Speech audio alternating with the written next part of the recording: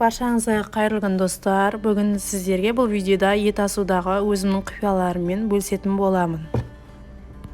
Қазақтың ұлттық тағамын дайындауда әрбір ас үй ханшайымның өзінің құпия рецепттері болады.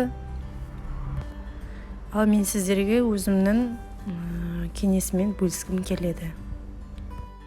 Менің таңдаған етім түйе еті. Алдымен етімізді жақсылап жуып аламыз. Қазанымызға саламыз.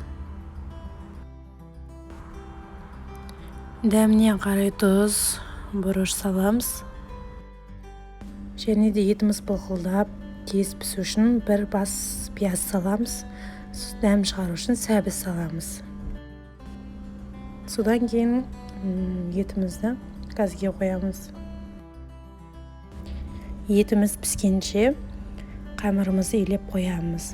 Алдымен ұнға жұмыртқа саламыз. Одан кейін кішкене шым-шым тұз. Содан кейін үстіне қатты салқын да емес, қатты ыстық та емес, бөлме температурасында тұрған суымызды құйып, алдымен ішіндегі жұмыртқамызды, тұзымызды суға езіп аламыз. Содан кейін шәймендеп қамырымызды илейміз.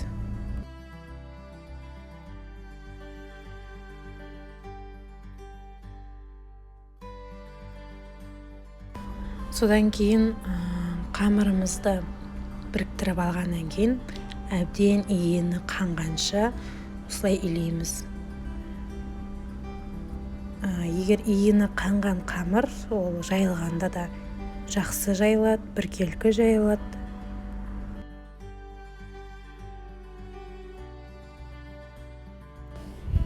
Қамырымызды толықтай илеп болдық. Енді 10-15 минутқа ауа өткізбейтіндей тындырып қоямыз. Жарты сағаттан кейін тамағымыз қайнады. Тамағымыздың бетіндегі көбіктерді алып, содан кейін астын басып қоямыз.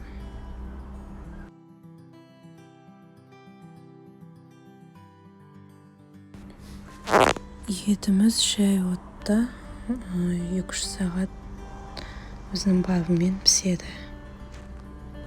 Ал енді тұздық дайындаймыз.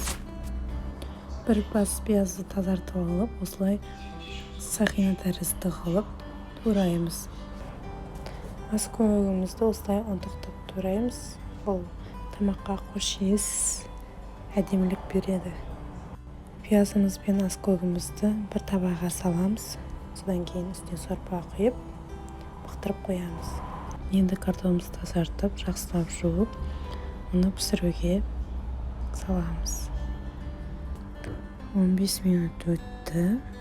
Енді қамырымызды алып, қамырымыз жаюға кірісеміз.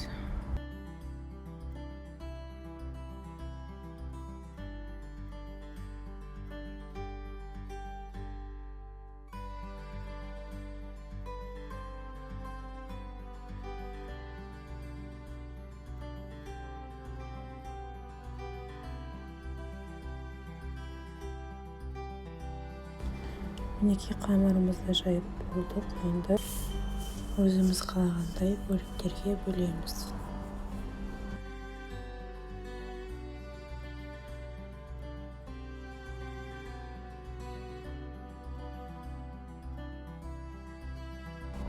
Етімізді сорпадан түсіріп алдық.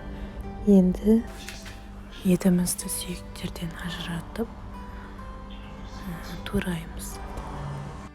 Қайнап жатқан сорпаға жаймамызды саламыз.